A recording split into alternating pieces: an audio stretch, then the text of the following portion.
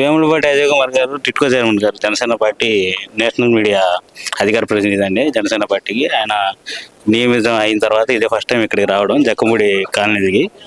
ఇక్కడ డబుల్ బెడ్రూమ్లు చంద్రబాబు నాయుడు గవర్నమెంట్లో 2016లో టిట్కో అనేది సంస్థ స్థాపించబడింది. ఆ టైంలో మొత్తం పనులన్నీ శరవేగంగా జరిగినాయి 2019 వరకు.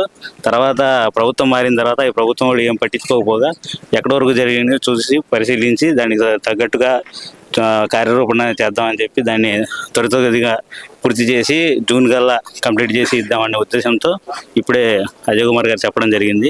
లబ్ధిదారులు ఎవరైతే ఉన్నారో వాళ్ళందరికీ 365 చదరపు గజాలది 430 చదరపు గజాల ఇళ్ళు అందరికీ కేటాయించే విధంగా, లబ్ధిదారులు ఎవరైతే ఉన్నారో వాళ్ళకి కేటాయించే విధంగా చర్యలు చేపడుతున్నారు. ఆల్రెడీ గత ప్రభుత్వం వాళ్ళు మన టీడీపీ ప్రభుత్వం ఉన్నప్పుడు 2016-19 మధ్యకాలంలో చాలామంది లబ్ధిదారులు ఎవరైతే ఉన్నారో వాళ్ళు కూడా అమౌంట్ కట్టి వాళ్ళ ఈఎంఐలు కూడా కొంతమంది పెండింగ్ ఉన్నాయి.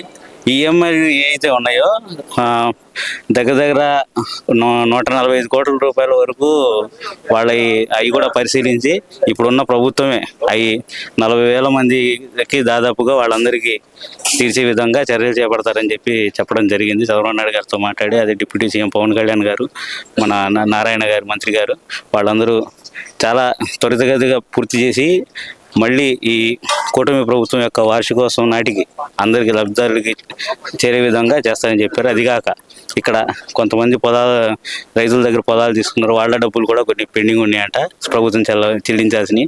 అవి కూడా త్వరితగతిగా పూర్తి చేస్తామని చెప్పి దాదాపు 50 ఎకరాల వరకు స్థలం తీసుకుని ఉన్నారు. వాళ్ళవి కూడా కంప్లీట్ చేసి కార్యరూపణ చేద్దామని చెప్పి చేయడం ఏదైతే ఉందో ఈ కూటమి ప్రభుత్వంలో చాలా మంచి చర్య. గత ప్రభుత్వంలో ఎంతో అవినీతి జరిగిందండి. లబ్ధిదారులను కూడా వాళ్ళు పక్కన పెట్టి వాళ్ళ స్వతహాగా లబ్ధిదారుల పేరు మీదుగానే లోన్లు తీసుకుని గత వైఎస్ఆర్సీపీ ప్రభుత్వము వాళ్ళు ప్రక్కదారి మళ్లించారని చెప్పిన ఆరోపణలు కూడా ఉన్నాయి. అవి కూడా నిజం అవుతాయి. ఆల్రెడీ అంతకుముందు కూడా ఈ ఏరియాలోనే అమ్మాపురం పంచాయతీ ఏరియాలోనే జోగి రమేష్ వాళ్ళ అబ్బాయి చేసిన అవినీతి అక్రమాలు అన్ని వెలుగు చూసినాయి అందరికీ తెలిసిందే. పోలీసులు కూడా వాళ్ళ మీద అరెస్ట్ వారెంట్ తీసుకెళ్ళి అరెస్ట్ చేయడం, తర్వాత నిర్బంధించడం ఇవన్నీ జరిగింది అందరికీ తెలిసిందే.